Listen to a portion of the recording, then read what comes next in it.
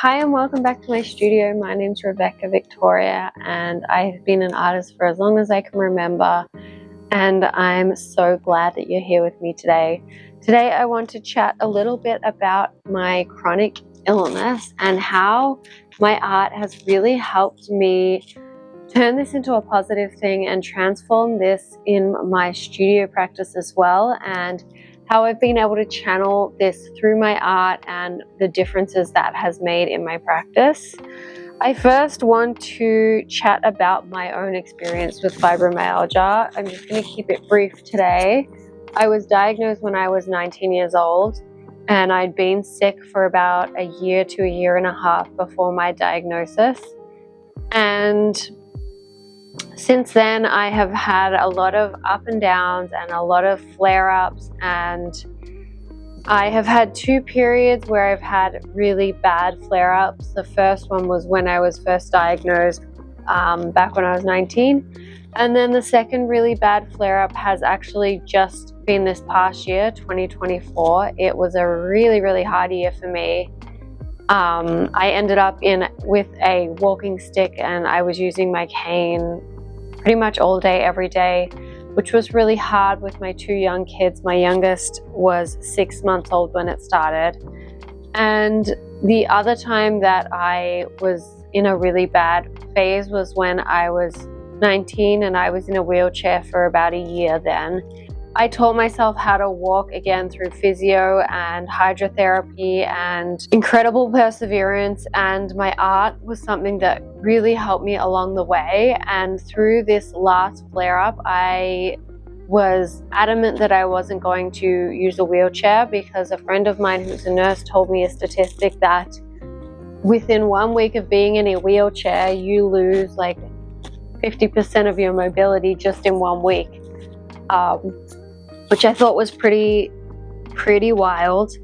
And so I was determined not to go even further down into the hole of fibromyalgia by giving into it. So I used my walking stick and I cringed and cried my way around our house all day, every day, and I managed to stay home with my kiddo without needing any extra care. And I am on the other side of it now, and looking back, I know that art was something that played a really pivotal role in helping me come out of this fibromyalgia flare-up, and also helping turn it into something positive, because I think that so many negative things are dwelled upon when I'm in this flare-up that I just really needed something positive to look at, positive to think about. And art really was that constant for me, other than my family. My husband was an amazing rock, but the other thing that's always been there throughout my life for me is my art.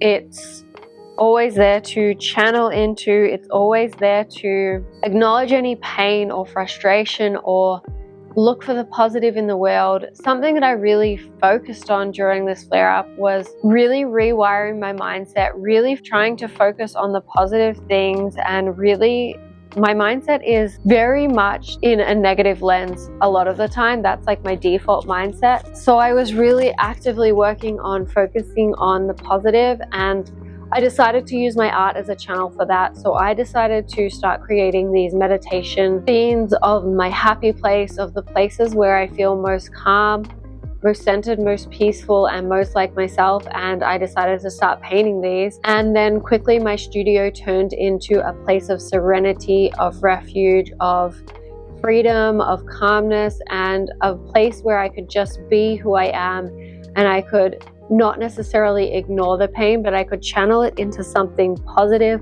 something true, and something tangible that I could then share with the world. And it was an immense change in my life. Even if they don't sell for money, even if I'm the only one who loves them, which I know I'm not, but if that's the only outcome for me, that was enough. Having my studio practice, it's been such a way to express emotions for me, such a way to release tension and feel lighter and be calm. And it's really also allowed me a space of mindfulness, and that's where the YouTube has also come in, because I'm making these art meditations. I have I really started making them for myself, and I really needed them in my life. I was making personal ones, and then I decided to pivot and make some art ones as well, and I realized how amazing these could be for other people as well. So that is why I started my art channel, and this has really encouraged me to meditate as often as I can, because for the meditation videos, I film myself meditating and listening to these actual videos, and I show in real time how they're affecting me, and I show how much I use them in my studio. And this has really helped me reflect and create artworks that mean so much to me. They're so deeply personal. And this meditation practice has really, really been pivotal in my healing journey as well for my fibromyalgia, because I think it just allows me to have some space to just release my tension. I hold my muscles so tight all the time. So the meditation has really offered me a place in my studio to be calm, be centered, and release really any of these tense, negative emotions. And it's really helped me try to redefine my identity rather than thinking of myself as the sick person all the time. I am thinking about myself as the person who uses art to channel their illness, the person who uses creativity to feel their emotions fully. I am a person who feels things deeply, and if I cannot express that through my art, what is the point of having all of this feeling and these energy and this creative energy inside my body? So I've decided to channel that, and art really reminds me that I am so much more than my pain. My artwork is a physical, tangible response to my pain, and I think that that's such a beautiful way to look at it. This pain has led to something. There has been a reason for this pain, and it hasn't all been doom and gloom. It's really channeled into something positive.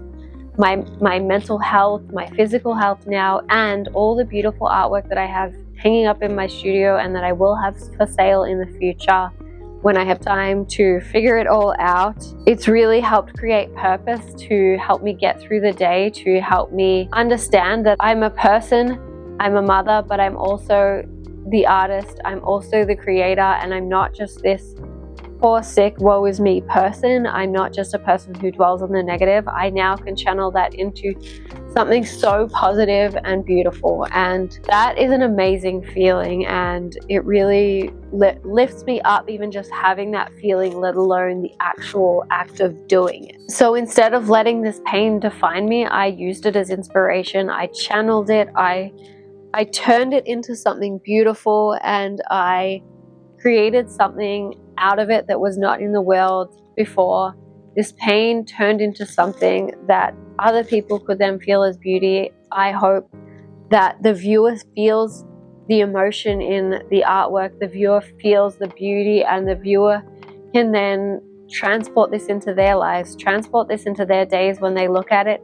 And hopefully when it's hanging up in a collector's personal collection, I hope that it brings them so much joy throughout their day. And I hope that they realize how much they can channel their hard things into positive things. It really helped to create so much more meaning in my artworks and so much more depth to them emotionally. And I think that that is really, really evident in the paintings. And then also sharing this journey on my YouTube channel, sharing the meditations, the physical painting in real time of painting them, and then also how it's made me feel, my emotional response to these paintings and what I'm trying to show. I think that that is a really huge benefit as well. I think that it's allowing more people into this space that might not be easily accessed for some people when they're struggling to figure out how to be an artist in this world, when they're struggling to see what an artist's life is like, and really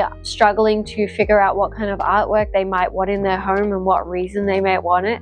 I think that this really opens up a door to allow more people to access that, and I really hope that it transforms into a really great action piece for me because of this emotional input, and because I'm documenting everything, I think that it's amazing that I can bring everybody along for the journey and that I can really help other people be inspired and be creative and get into the studio themselves, whether they have a chronic illness or not. It makes no difference. I think that you can channel so much into your art, whether it's pain, whether it's fatigue, whether it's frustration, whether it's anger. There's so many things that you can channel into your art. We're going to finish this video up here. Art really hasn't taken away my pain per se. It has just been an access point, a channel for me to feel my pain, for me to feel my heavy emotions, and for me to release some of my tension. And that is what has taken away my pain. I strongly, strongly believe that it has been a core part of really helping to reverse this flare up and get back into remission, as I call it, where I am able to keep the symptoms at a manageable base level. It allows me to focus on what I can do rather than what I can't do. It gives me a much more abundant mindset and helps me to reverse this negativity, which has had a huge impact on my life. And I think I've always also just given myself permission to just feel how I feel. Feel the pain, feel the fatigue, go to bed if I need to, come in the studio if I want to. I've really just given myself permission to be how I am, feel the way I feel, and following my instincts in a way that is benefiting my body and myself. And in the long run, that has really benefited me and my art practice, and I'm so grateful for it. If you're still here, I'm so grateful that you listened to me ramble on about this. I hope that you are able to get some painting done today. It's a beautiful day here, the sunshine is out, and today is a great day to go and make some art. And if you don't feel like it, maybe just go take a nap or watch a TV show that you really feel like watching, and give yourself a break, cut yourself some slack, and feel the feelings. I hope you have a great day. I'm sending you so much love. Thank you again. Bye.